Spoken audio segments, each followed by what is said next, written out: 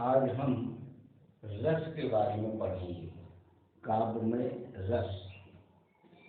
वैसे रस का मतलब होता है जैसे कोई फल का अर्क है निकाला, उसे रस कहते हैं। लेकिन काव्य में रस क्या होता है? तो काव्य में रस का पहले अर्थ समझें। रस का मतलब होता है आनंद, यानी जिसको चखने से आनंद की अनुभूति हो, जिसको सुनने से आनंद की अनुभूति हो, जिससे पढ़ने की आनंद की अनुभूति हो। जैसे काव्य है, काव्य को हम पढ़ते हैं तो उसमें जो एक आनंद की निष्पत्ति होती है वही रस है। तो काव्य का रस यानी काव्य में जो आनंद की अनुभूति होना वह काव्य के रस है। अब ये जैसे कि अलंकारों को उसमें बताया था कि काव्य की आत्मा अलंकार है, ऐसे ही बताया था कि कुछ विद्वान कहते हैं कि काव्य की आत्मा रस है, कोई कहते हैं काव्य की आत्मा छंद है। तो रस, छंद, अलंकार तीनों का होना काव्य में आवश्यक है। तो इसमें भरत मुनि उन्होंने जो कहा है कि विभाव अनुभाव व्यभिचारी संयोगात रस निष्पत्ति। नाट्यशास्त्र में भरत मुनि तो रस के प्रणेता काव्य में रस के भरत मुनि हैं। तो उन्होंने बताया कि विभाव अनुभाव व्यभिचारी भाव इनके संयोग से रस की निष्पत्ति होती है। रस, इसके द्वारा रस की निष्पत्ति यानी रस निकलता है। अब विभाव अनुभाव व्यभिचारी भाव ये सब क्या है? जैसे ये व्यभिचारी भाव इसी को हम संचारी भाव भी कहते हैं। तो इसमें 4 प्रकार के काव्य में इसमें रस के अंग होते हैं। एक तो सबसे पहले स्थायी भाव, यानी वो काव्य में स्थायी भाव के माध्यम से ही हम रस को अलग करते हैं। कौन सा रस है? स्थायी भाव बहुत ही आवश्यक है, स्थायी भाव को समझना, उसी से ही पूरा जुड़ा हुआ है। विभाव, अनुभाव तथा संचारी भाव। अनुभाव यानी अनुभव करना, किस प्रकार के भाव बनते हैं।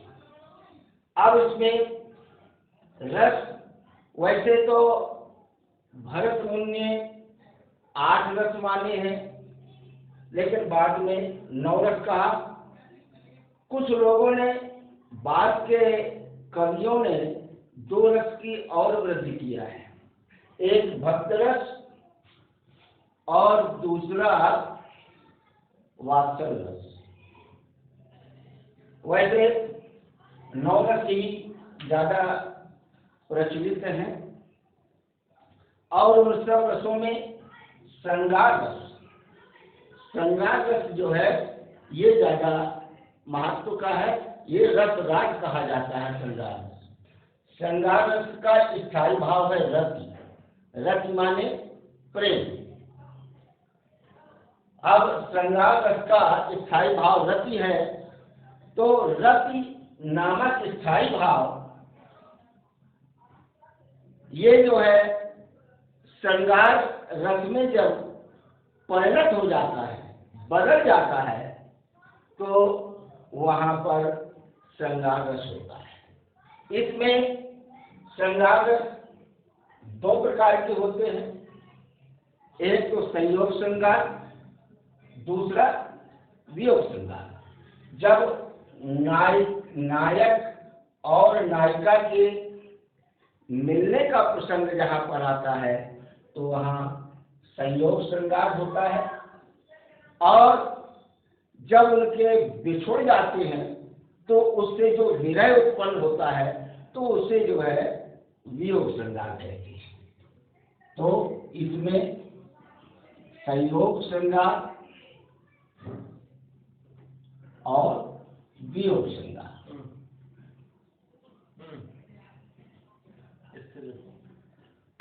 और 4 जो अंग है उसको भी हाईलाइट कर दीजिए। कोई बताइए। मार्कर 4 अंग में दोबारा से। हाँ, ये 4 अंग स्थायी भाव,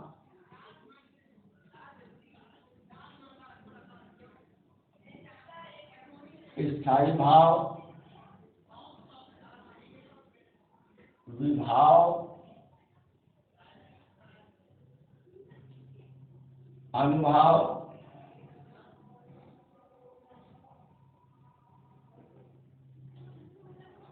तथा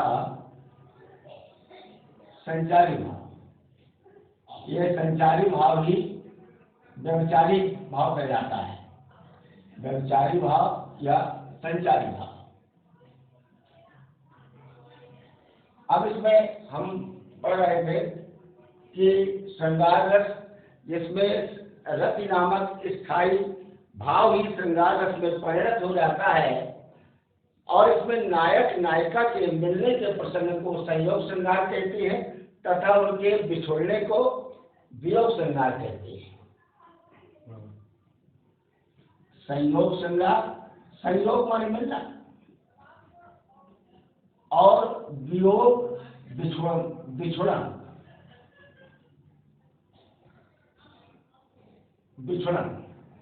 अब इसमें हम देखें तो इसमें श्रृंगार का स्थायी भाव रति हो गया। इसका आश्रय क्या होगा श्रृंगार का?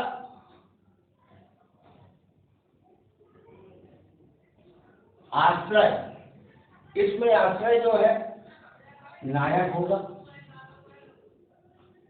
और आलम्बन यानी माध्यम क्या है जिसके द्वारा ये श्रृंगार रस की निष्पत्ति हुई है? तो इसमें आलम्बन है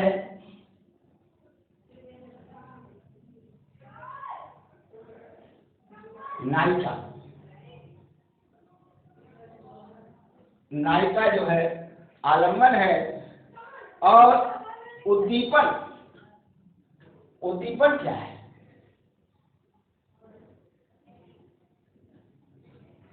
उद्दीपन माने नायक और नायिका के संयोग से मिलने पर और जो भाव उमड़ते हैं, यानी जो चेष्टाएं होती हैं नायिका की चेष्टाएं,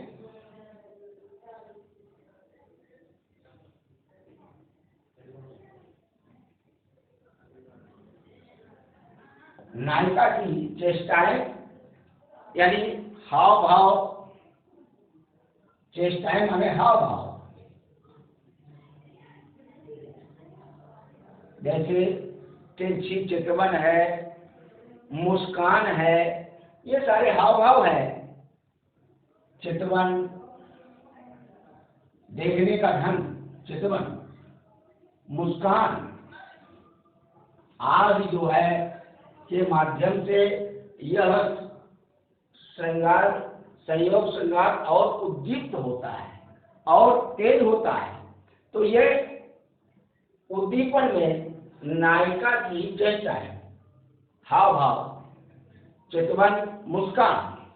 अब इसके द्वारा अनुभाव क्या होगा? इसमें अनुभाव होगा जैसे कटाक्ष, आंखों के देखने का कटाक्ष है, आलिंगन है,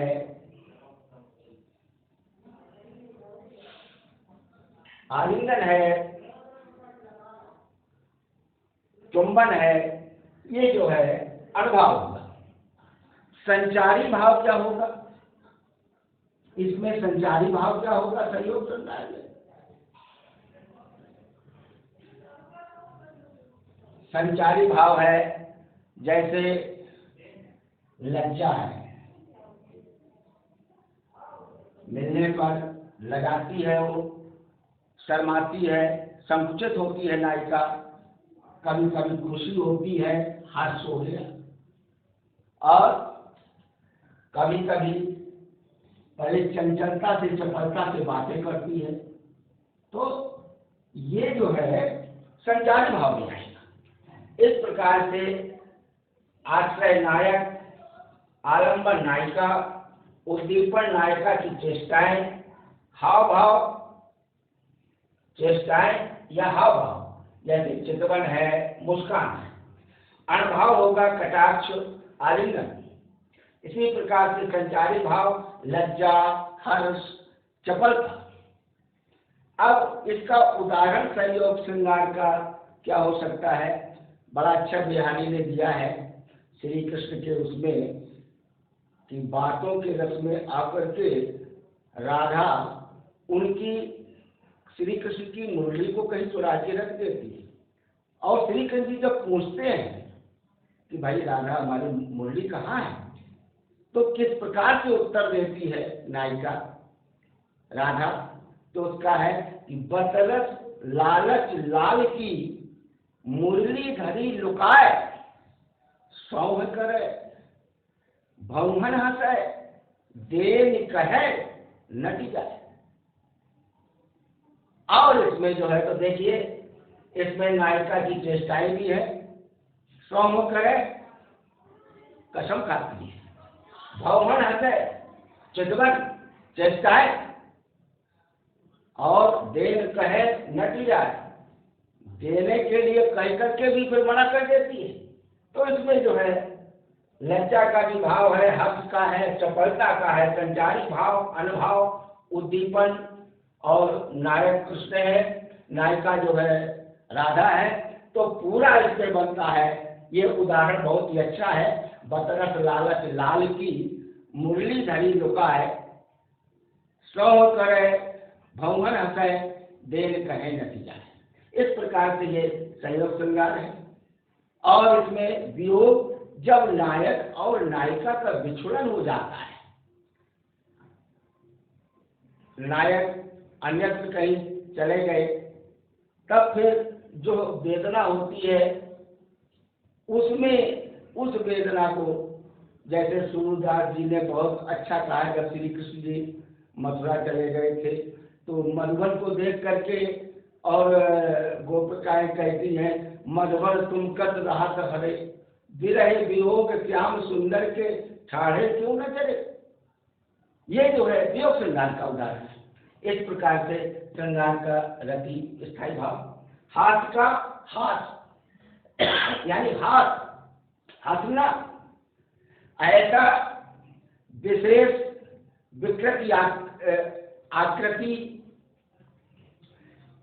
वेशभूषा, वाणी, चेष्टा आदि ऐसे हो, ऐसी क्रियाकलाप उसके द्वारा हो जिससे बरबती हंसी छूट पड़े, वहां पर हास रस की निष्पत्ति हो, उसे हम हास रस कहते हैं, जिसमें बरबत ही हंसी छूट पड़े। इसमें स्थायी भाव का हास्य हो गया, हंसी। और आलंबन है विकृति आकार, विकृति आकार। कहीं हाथ छोटा है किसी का, जैसे सर्कस वगैरह में छोटे छोटे जोकर होते हैं ना, उनका देखिए वेशभूषा कैसा जो है वेशभूषा होगा, कैसी उसकी चेष्टाएं होती हैं, जिसको देख करके दर्शक स्वयं ही हंसने लग जाए। तो ये जो है ये आलंबन में आएगा। उद्दीपन में हाथ उत्पन्न करने वाली चेष्टाएं, जैसे आंखों का एक बनाना, नाक का उकरना, कहीं कान पे उकरना, कहीं मुंह का जो है तो विकृत रूप बना लेना, ये सब जो है ये उद्दीपन भाव में आएगा। और अनेक प्रकार के अनुभाव कैसे होगा, जैसे ओठ है, ओठों को चलाना, नाक का फुलाना आदि आदि जो है ये जो है अनुभाव, ये अनुभाव में आएगा। अब मुख का विकसित होना संचारी भाव में क्या आएगा, आलस्य, निद्रा, इस प्रकार के भाव दर्शाना, ये जो है हास्यरस के उसमें है। जैसे बड़ा अच्छा कवितावली में एक उदाहरण है, तुलसीदास जी ने दिया है कि बिंद के वासी उदासी महा, बिंद के वासी उदासी तपोव्रत धारी महाबिन, ऐसे तपोवनधारी जो विंध्याचल की ओर, विंध्याचल की पहाड़ियों में रहते हैं, और जब अयोध्या से चल करके विंध्याचल की ओर और ये भगवान राम जब आए हैं, तो उस विंध्याचल में रहने वाले मुनि ऋषि बड़े सुखी हुए। क्यों? क्योंकि वो वहाँ पर वो जंगल में और विंध्य की पहाड़ियों में बेचारे अकेले रहते हैं, तो बिनु नार दुखारी, नारी के बिना दुखी रहते हैं। तो उन्होंने जब देखा कि ये प्रभु राम आ रहे हैं, तो उन्होंने कहा कि प्रभु राम के चरणों के का वो प्रभाव है, चरणों की धूल का वो प्रभाव है कि एक पत्थर शिला जो है, और वो गौतम ऋषि की पत्नी जो पत्थर हो गई थी श्रापवश, और उन पे जब प्रभु राम ने अपने चरण स्पर्श किए तो सुंदर नारी बन गई। तो इसलिए जो है मुनि बड़े जो है सुखी हो रहे हैं, बड़े आनंदित हो रहे हैं कि प्रभु राम जब यहाँ आएंगे तो निश्चित रूप से वो विंध्य के पहाड़ियों को का स्पर्श होगा तो सब नारी बन जाएंगी। वो पहाड़ खंड, प्रस्तर खंड, वो जो है सब नारी बन जाएंगी। तो हमारे जो है तो जहाँ ये काकीपन रहते हैं, तो हम लोगों को भी नारियाँ प्राप्त हो जाएंगी। ऐसा एक हास्य है उसमें। तो ये जो है हास्य रस का बड़ा अच्छा इसमें उदाहरण है। एक मैं उदाहरण अक्सर दिया करता हूँ काका हाथ रसी का, कि बढ़े चलो उन्नत के पद पर, रोक सके किसका बलबूता, यूं प्रसिद्ध हो जाओ जैसे भारत में बाटे का जूता। तो ये जो है ऐसे जो भाव, एक जो है तो और भी उदाहरण आता है भगवान शंकर जी के बारात का, कि किस प्रकार के बारात का जो है चारों तरफ शोर है गंगा के विवाह में, इस प्रकार से जो है बड़ा अच्छा वर्णन कवि ने किया है। तो ये हाथ रस की उदाहरण। अब जब देखें करुण रस जिसमें शोक उत्पन्न हो, हमारा कोई प्रिय हमसे हमेशा के लिए बिछुड़ जाता है, तो बिछुड़ने पर जो कष्ट होता है, जो दुख होता है, शरीर शिथिल पड़ जाएगा, आंखों में निरंतर अश्रु की धारा है, और स्मृति भंग हो जाएगी, मुख फीका पड़ जाएगा, केस खुल जाएंगे, तन बदन का होश नहीं रहता। इस प्रकार के भाव जहाँ पर हो, यही सब चीजें आलम्बन उद्दीपन में है जो मैंने बताया। आंसुओं का आना, मुख का पीला पड़ना, केश का खुलना, और आंखों से अनवरत अश्रुधारा बहना, तन बदन का होश न रहना, कहाँ बैठे हैं, किससे क्या कहना है, वो जो है तो वाणी भी जो है कुछ कह रही है, कुछ निकल रही है, ये सब जो है शोक के उदाहरण हैं। तो ये शोक नामक स्थायी भाव के द्वारा जो उत्पन्न होता है वह करुण रस कहलाता है। तो करुण रस में जैसे कि मेरे हृदय के हर्षहा अभिमन्यु अब तू है कहाँ, जग खोल कर बेटा जरा देख हम सबको यहाँ, इस प्रकार का भाव जो है ये इसमें है करुण रस में, जिसका कि शोक जो है स्थायी भाव है। वीर का जो है तो जहाँ पर कोई वीरता का परिचय दिया जाता है, और वीरता के परिचय में जो है तो देख करके और सब एकदम उत्साह से भर जाते हैं, तो वीर रस का स्थायी भाव उत्साह है। उत्साह नामक स्थायी भाव ही वीर रस में परिणत हो जाता है। स्थायी भाव इसका उत्साह है, आलंबन शत्रु है, आश्रय नायक यानी वीर। उद्दीपन क्या है? जो भावों को, उत्साह के भाव को जगाता है। रणभेरी, युद्ध के बाजे, बिगुल, ढोल, ताशा, नगारा, ये सब युद्ध के समय पर बजते हैं। ये सब जो है उद्दीपन भाव के अंतर्गत आता है। अनुभाव क्या होता है? अंगों का फड़कना, भुजाओं का फड़कना, रोमांच होना, ये सब जो है ये सारे चीजें वीर रस का उद्रेक करती है, उत्साह से भर जाती है। यदि साधु चतुरंग सैन अंग में उमंग धारी, सरजा शिवाजी जंग जीतन चलते हैं। इस प्रकार से जो है सारा ये जो है वीर रस का उत्साह का उदाहरण है। रौद्र में क्रोध होता है, जिसमें एकदम क्रोध का भाव से उत्पन्न होता है। क्रोध का भाव जहाँ पर स्थायी भाव उत्पन्न हो वहाँ पर रौद्र रस होता है। इसी प्रकार से भयानक रस में भय, अद्भुत में आश्चर्य, विस्मय, विभिन्न ये विभत्स में जुगुप्सा, जुगुप्सा माने घृणा का भाव। जैसे कहीं पर युद्ध में और वीर मारे जाते हैं, उनकी अंग भंग कट जाती हैं, और उन अंग भंगों के कटने पर और उनकी आंखों के ऊपर बैठ करके कौवा और गीद नोच नोच करके उनकी अकड़ियों को बाहर निकाल रही है, ऐसा भाव जब घृणा कर देखती है तो ये विभत्स रस के अंतर्गत आता है। जैसे गोस्वामी तुलसीदास जी ने युद्ध का एक वर्णन किया है कि उस समय चौपाई पूरी आती है कि उसमें वीरों के मरे हुए सर में, तो वो आंखों की निकाल निकाल करके गिर आगे ऐसे कर रही है जैसे कि बच्चे कोई पतंग उड़ा रहे हो, बालगुड़ी पतंग उड़ा रहे हो, ऐसा जो है तो दृष्ट उसमें उपस्थित किया है। तो ये जुगुप्सा का भाव। शांत निर्वेद, निर्वेद यानी निवृत्ति, निवृत्ति यानी वैराग्य, जहाँ पर भक्ति से भरा हुआ ऐसे ये संसार असार है, ऐसा भाव जहाँ पर दर्शाया जाए वहाँ पर निर्वेद या निवृत्ति का जो भाव होता है वो शांत रस की निष्पत्ति करता है। तो ये इस प्रकार से ये नवरस हैं। और वात्सल जैसे बताया था कि लोगों ने वात्सल रस को जोड़ा है, तो वात्सल रस विशेषतया जो है सूरदास जी के बाल लीलाओं का वर्णन है।